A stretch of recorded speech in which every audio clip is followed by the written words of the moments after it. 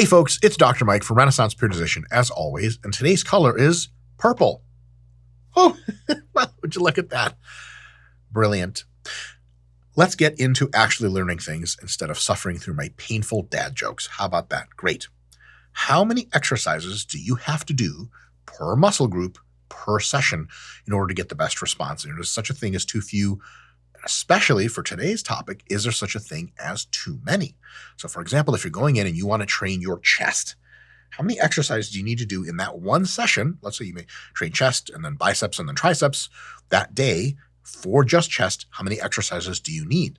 Now, a lot of the times the answer from many of the ways pro bodybuilders have trained in the past, and of course that trickles down through the rest of fitness, oftentimes the answer for many people is, well, 4 or 5 exercises for a muscle is generally a good thing. You'll have probably memory of this in your own head, having visually experienced it yourself. Hopefully not from your own perspective. You're just watching other people do it. I've sure as hell done this myself. You do the ultimate freshman year of college chest workout. You do, say it with me now, flat barbell bench, incline barbell bench. That's 2 so far.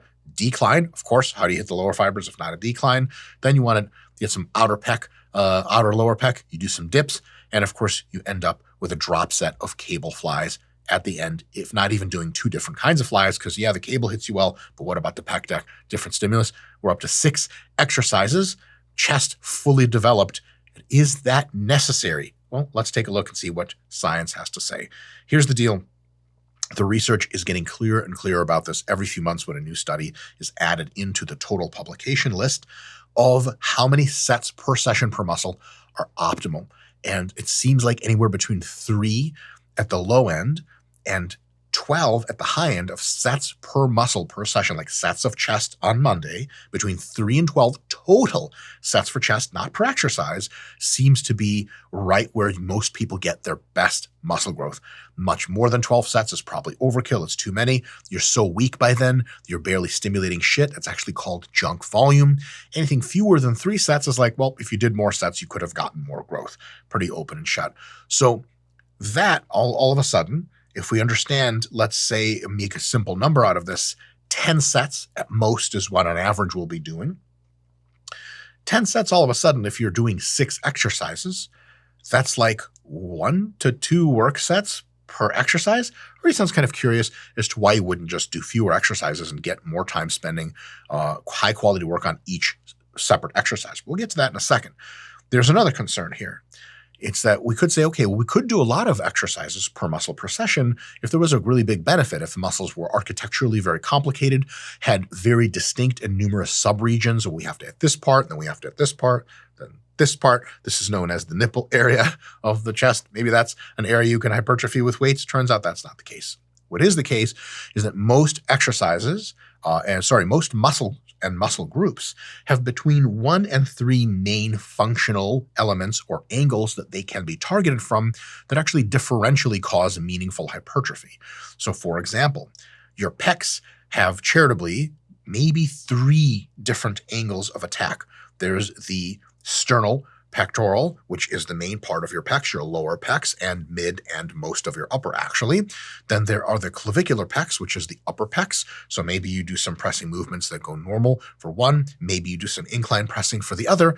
And then lastly, there may be some small benefit on occasion to including a fly that hits the fibers maybe closer in, especially if you cross your hands or pause at the top at the end, which if you don't do a bench, you don't really get all that full contraction. So potentially you have 2 kinds of compound pushing, incline and horizontal, or 2 kinds of fly movements, and then just 1 kind of fly on top of that.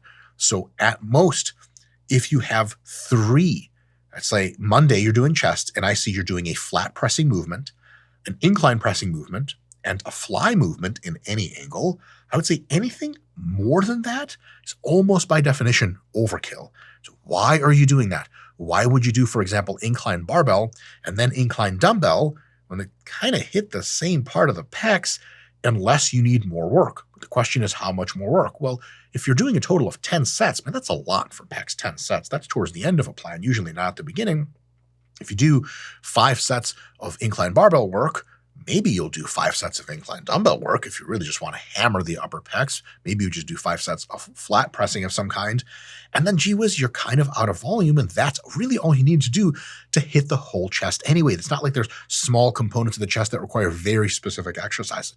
Let's look at the most complex muscle group that's termed one group generally from a training perspective in the human body, in bodybuilding or just fitness in general, the back. When people say, I'm hitting back today, you could intelligently surmise, like, well, hold on a second, that's a lot of stuff. Because if someone says to you, like, they're running over to the TV in some kind of lounge area at a school, and you're like, hey, like, come look at the TV. There's war in Asia. Like, on the way to running the TV, you could be like, fuck, where in Asia? Russia's in Asia. Kazakhstan's in Asia. Azerbaijan is in Asia. Technically, the entire Middle East is in Asia, and also Japan is in Asia. There's the Southeast. Wait, hold on. We're a little bit more specific. So the back is kind of like Asia in this regard. It is quite complicated and has a few different parts, but not that many parts. There are the lats. You can do exercises to target the lats specifically. And again, as soon as you've chosen 1 to 2 exercises to target the lats, any more than that is kind of overkill because there's only so many high-quality sets you can do. And then there are the erectors, the spinal erectors. They're the muscles of your back that allow you to arch your back and keep it rigid against a heavy load. Okay, that's another functional group. We could have exercises that bias the erectors. And then there's what people call the mid-back or the upper back, which is composed of the rhomboids, the teres major, teres minor, and the mid and lower trap muscles.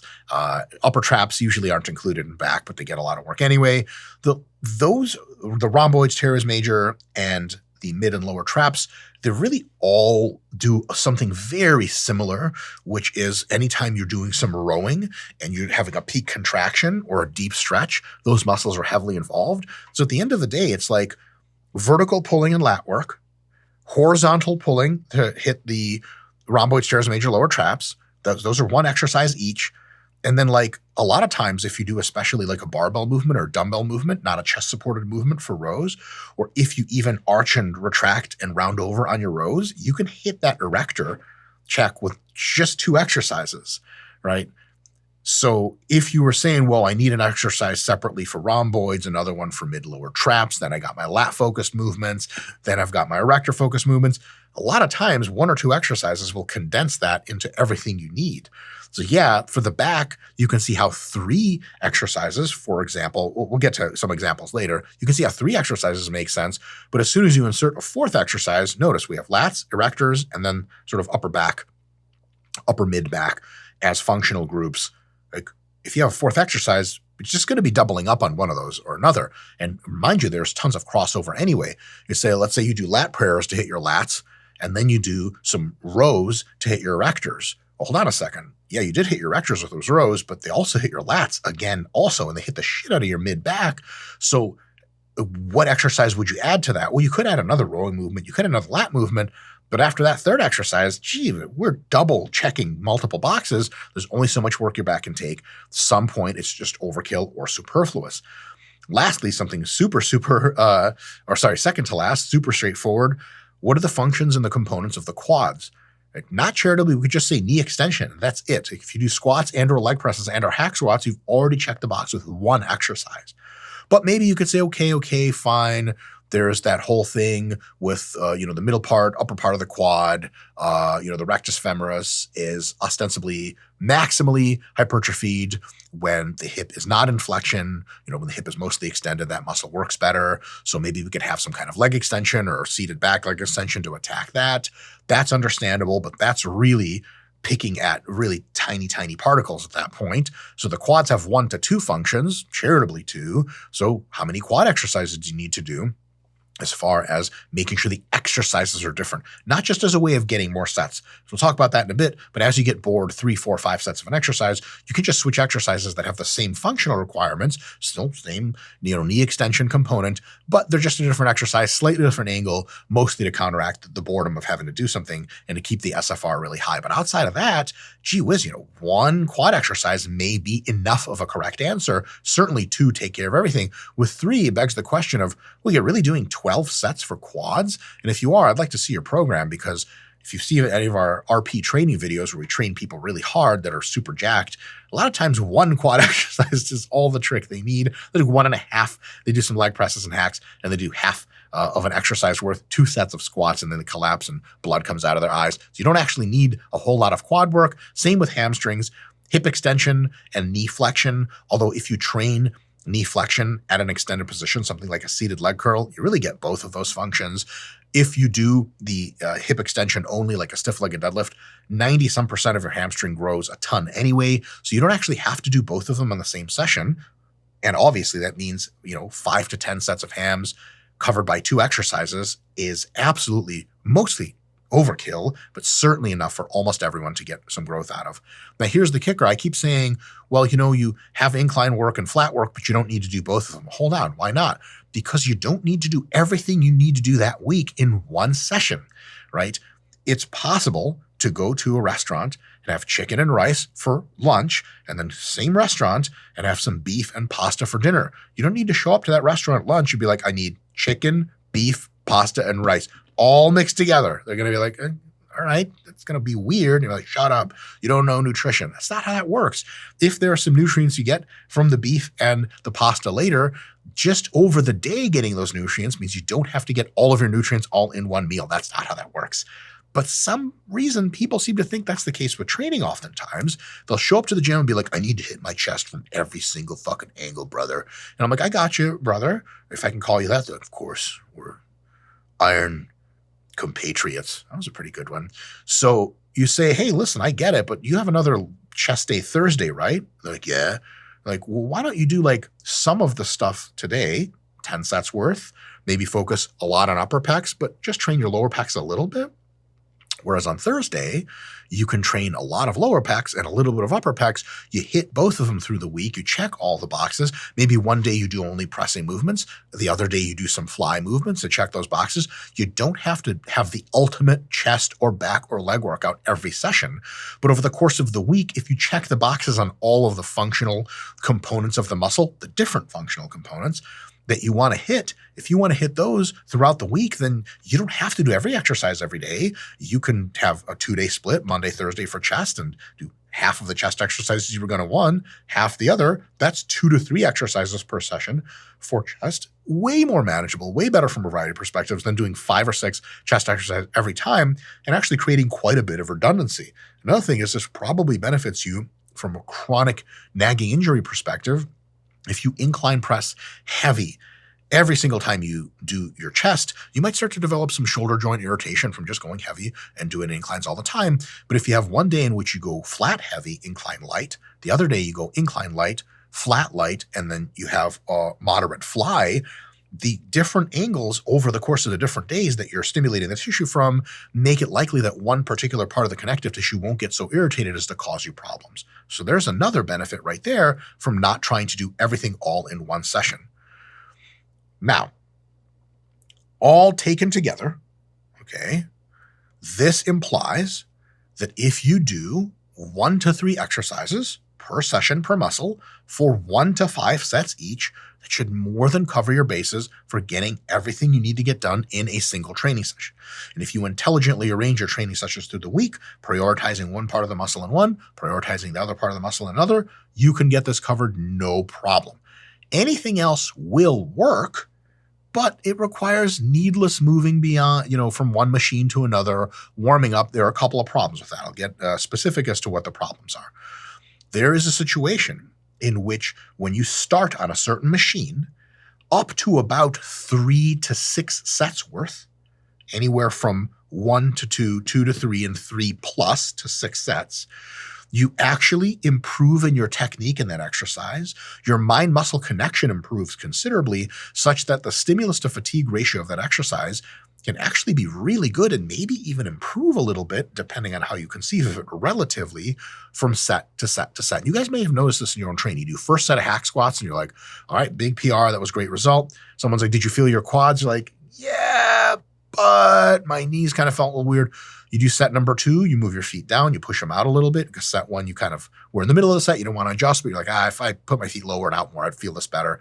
You do that and your quads are pre-pumped, Anytime you have a pump and your quads are a little fatigued, your mind-muscle connection is going to improve because you can tell where the muscle is better, where the tension is.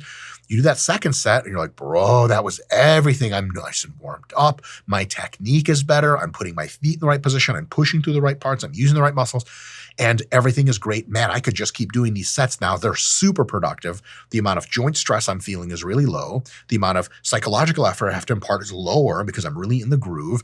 And the amount of stimulus that I'm getting from pumps, my muscle connection, et cetera, is really starting to rack up because I'm just in the groove, making this exercise count. I just really have it figured out. I don't know. It's like if you go to a Japanese restaurant, you have to learn to do chopsticks for the first time in your life. Once you figure it out, you're like, oh shit, here we go. And you can just keep going. If you come back a month later, you have to relearn the whole fucking process. So similar thing happens with exercises. Every time I see someone do like two sets on an exercise and then switch to a different exercise, I'm like, that third set, if you had just stayed and done it on that first exercise, would have been maybe the best feeling set of all of them. At the very least, stimulus to fatigue wise, you have to compare doing another set in that same leg press, let's say, versus doing the following. Finishing that leg press exercise like a decent fucking human being, unracking all of your weights. That's fatigue. That's time. Finding the next machine you're going to do. Ostensibly, you do not train at a private gym where you have access to all the equipment and there's nobody around. You train at a regular fucking gym like damn near the rest of us, and you have to go and watch Karen do leg extensions for 5 fucking hours while scrolling on her phone. Excuse me. She pretends not to see you. You're like, ma'am. And she's like, yes. Like, just how many sets do you have on that? Just like you do one of these. I do this all the time. Just trying to figure things out, kind of hand gestures. And she'd be like, 3. And you're like, okay, could you just like not just go back into Karen mode? But like, all right, 3 sets. Maybe I can switch my exercise around where I can do hack squats now and wait for leg extensions. But then maybe like Bob over there looking like he's eyeing the machine, he'll come in and piss away another 15 minutes of my time. So if you were because once you're already on a machine, you kind of have carte blanche as to like how long you stay on there. So people come and go and they say how many sets you have. You can say whatever, 2, 4, 18. They're usually just like, and they fuck off. Or they work in. Once you're on a machine, you're golden. Like nobody's going to kick you off there. But if you come off of machines every 2 sets and look for other ones, you're going to delay yourself. Now, let's say you get that machine. Karen does her 2 sets rather quickly, gets off the machine. You got to do at least 1 set of leg extensions, probably to warm up, to get the feel, at least to adjust the seat to where you need it. And then after that, you're going to do multiple sets, the latter of which, after 2 or 3 sets, you're really going to get into the leg extension groove. And then watch this. You got to get off the machine to go do hack squats. And you have to repeat that whole awkward process of finding your groove or warming up, finding your groove, getting into the best kinds of sets, stimulus to fatigue wise. And then as soon as you're having a great time, it's like going. I'll give you a really decent analogy. Here we go. Analogy gods, please feed me information directly through my chakra. That's it. Here's the analogy. It's not a bad one. If you've ever been to like a bunch of parties with your friends or like a bar crawl or something, there is an optimality of how many locations you hit, and the answer isn't as many as possible for almost the same kinds of reasons. Like, let's say you get to a bar/club. After 5 minutes, you jive in with the music. You're like, I feel this shit.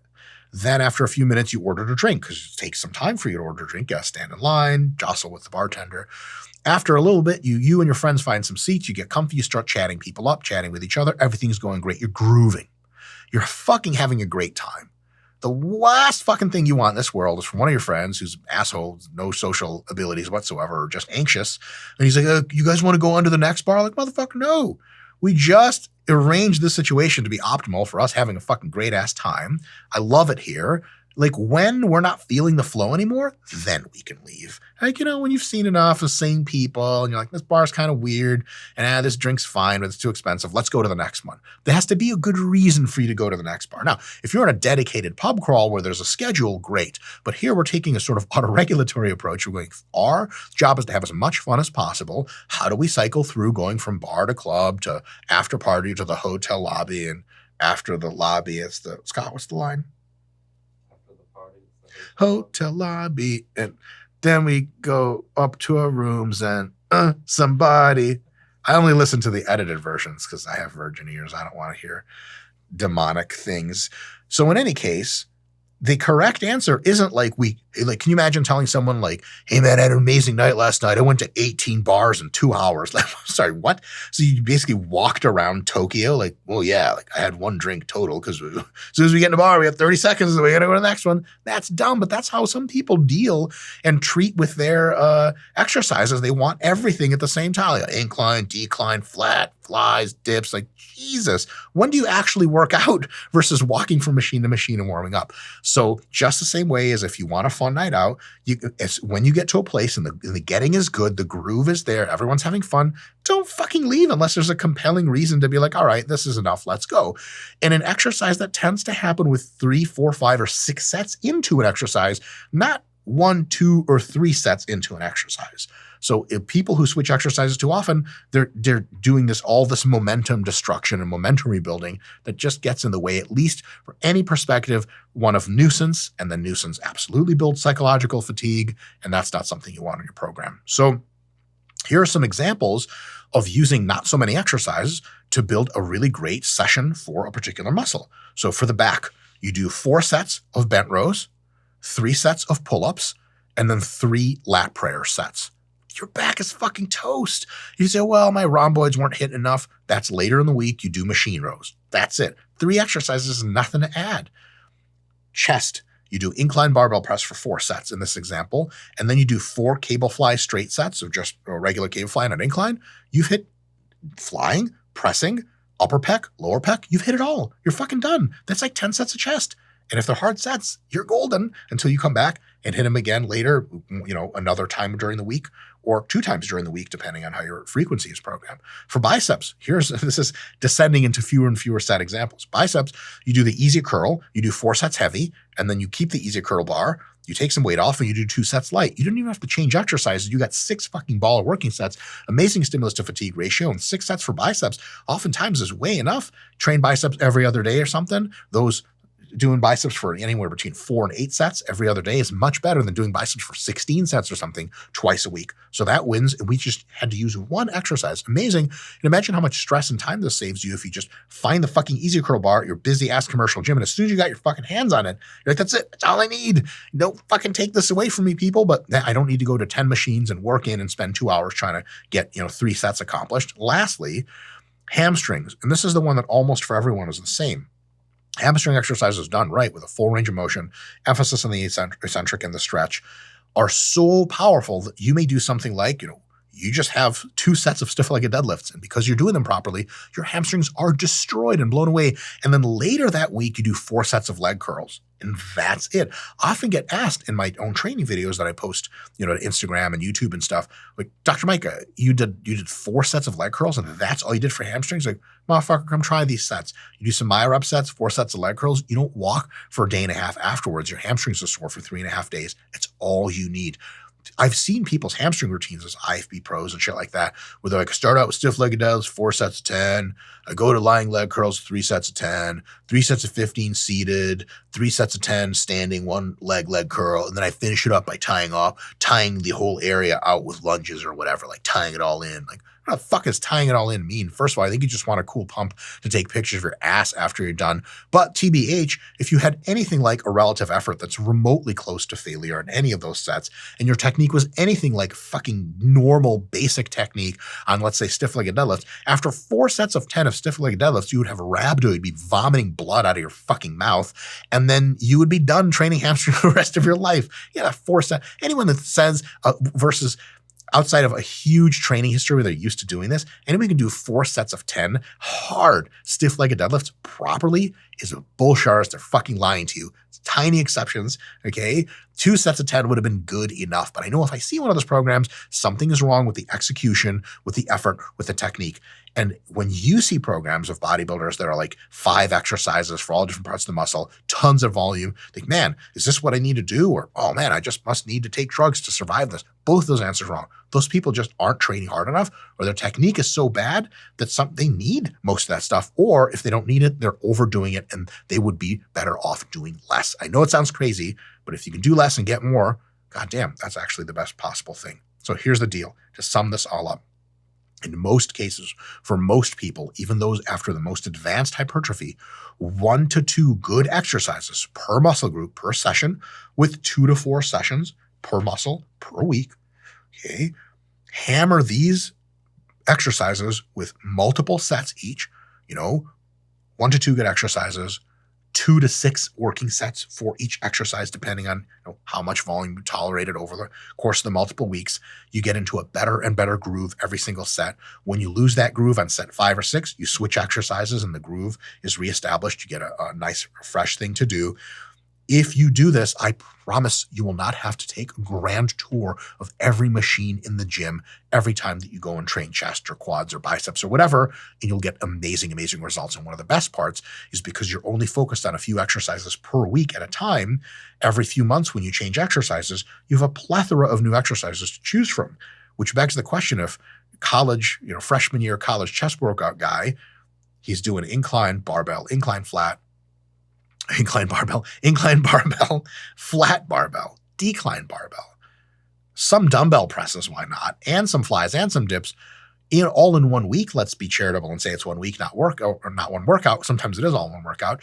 If one of those becomes stale or starts to hurt the person, or they're not getting good enough groove or results, where do they go? There's no more fucking exercises to choose from. You're going to be doing one arm chest flies with a Bosu ball, some stupid shit that has no stimulus and luckily no fatigue either, unless you fall off the fucking Bosu ball.